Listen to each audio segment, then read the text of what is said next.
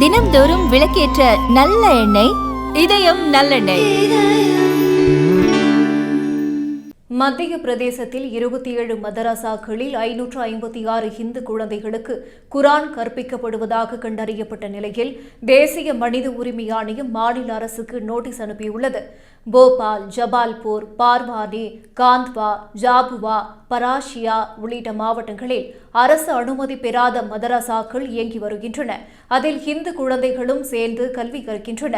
அங்கு ஹிந்து குழந்தைகளை இஸ்லாமியர்களாக மாற்ற முயற்சி நடைபெறுவதாக புகார் அளிக்கப்பட்டுள்ளது.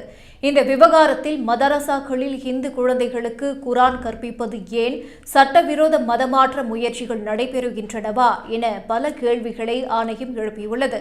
இதன் அடிப்படையில் பாஜக ஆளும் மத்திய பிரதேச அரசிடம் விளக்கம் கேட்டு நோட்டீஸ் அனுப்பியுள்ளது. இதுகுறித்து தேசிய மனித உரிமை ஆணையம் உறுப்பினர் பிரியங்க் கனோகோ தெரிவிக்கையில், செப்டம்பர் 26 அன்று சட்டவிரோத மதமாற்ற கும்பல்கள் இயங்குவதாக புகார் வந்தது. இஸ்லாமியர் அல்லாத குழந்தைகளை மதரசாக்களில் சேர்ப்பது சிறார் நீதி சட்டம் 2015 மற்றும் அரசமைப்பின் பிரிவு 28க்கு முரணானது. அனுமதியின்றி இயங்கும் மதரசாக்கள் மீது உடனடி FIR பதிவு செய்யப்பட வேண்டும். ஹிந்து குழந்தைகள் உடனடியாக மீட்கப்பட வேண்டும் என்று கூறினார். மேலும் சம்பவம் தொடர்பாக பள்ளிக்கல்வித்துறை செயலருக்கு நோட்டீஸ் அனுப்பியுள்ள ஆணையம் 15 நாட்களில் அறிக்கை அளிக்கும்படி அரசுக்கு உத்தரவிட்டுள்ளது.